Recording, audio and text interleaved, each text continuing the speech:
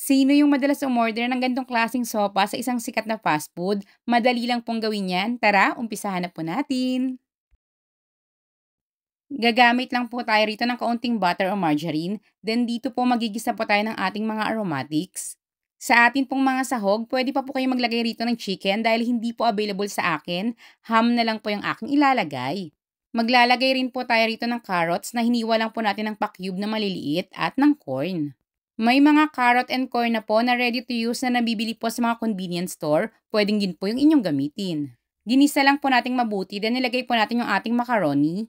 Sa pampalasa, asin at paminta lang po yung ilalagay ko, pero still nakadepende pa rin po ito sa inyong preference. Then lalagyan na po natin ng tubig, haluin lang saglit, takpan at hayaan pong kumulo.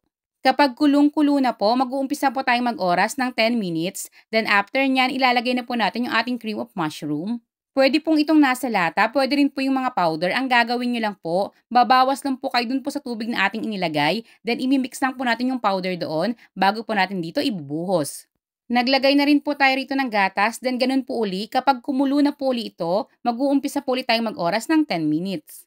Then tatakpan, after 10 minutes po, magiging ganito na po yung consistency. Pwedeng-pwede na po natin itong kainin. Pero if ever lang po nakakainin nyo na po ito agad, gawin nyo pong 15 minutes yung inyo pong cooking time. Oh, huwag ka nang umorder, madali lang pong lutuin yan. Tara, gawa na po tayo. Sa karne na gagamitin, nakadepende na po ito sa inyo. Then pinalambot ko lang po ng kaunti at magigisa na po tayo rito ng ating mga aromatics. Instead of butter or margarine, pwede pong mantika yung inyong gamitin. Sa mga gagamitin ko pong pampalasa rito, again, pwede nyo rin po itong baguhin, nakadepende na po ito sa inyong preference. Ganun na rin po sa gulay, kung anong gulay at yung mga dami nito, nakadepende po ito sa inyo. Ako po ang ginagawa ko para naman po makatipid sa gas, ibinababad ko na po ng mas maaga pa yung bihon para hindi na po matagalan pa yung pagluluto.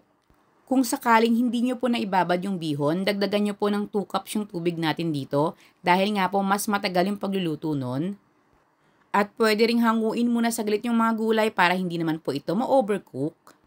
Kapag nilagay na po natin yung ating bihon, haluin lang pong mabuti hanggang sa ito po ay tuluyan ng kumulo. Kapag medyo malambot na po, doon na po tayo maglalagay pa ng ating kanton. Hindi lang po nakita sa video yung paglalagay ng kanton, pero ilalagay nyo po ito once na malapit na pong maluto yung bihon, dahil madali lang naman pong maluto yung kanton. At heto na nga po, katulad ng sinabi ko sa inyo kanina, huwag na kayong mag-order pa dahil kayang-kaya nyo naman pong gawin. Nagluto na tayo ng creamy sopas, pansit, ngayon spaghetti naman. Baka po kasi maisipan yung magtayo ng almusalan, kaya tara, mag-umpisa na po tayo. Unahin na po natin gisahin yung hotdog, depende na po sa inyo kung gaano karami. Ganun na rin po yung mushroom, optional lang po ito, pero mas masarap po kung meron. Same pan, magisa po tayo ng bawang at sibuyas, then gigisahin rin po natin mabuti yung ground beef. Ito po yung binili ko sa Dali. Optional lang po uli, ako po kapag lumabas na po yung mantika ng ating beef, binabawasan ko po ito. Asin at paminta para po sa pampalasa, maglagay na rin po tayo rito ng liver spread, depende na rin po uli sa inyo yung brand. Gigisahin lang po uling mabuti, then ihahalo na po natin yung atin pong spaghetti sauce. Dito po ang gamit ko ay 2 pack ng sweet style. Masarap na yung spaghetti sauce natin dati kung nasubukan nyo na, pero mas palilinam namin pa po ito ng ating pineapple juice. Maglalagay rin po tayo rito ng asukal, hindi na po tayo maglalagay pa ng kahit na anong tubig, takpan hanggang sa ito po ay tuluyan ng kumulo. Kapag kulong-kulo na, hinaan na lang po yung lakas ng apoy sa medium-low heat. Patuloy po sa pagluluto hanggang sa tuluyan pong maluto yung ating beef bago po natin ibabalik yung hotdog po at mushroom.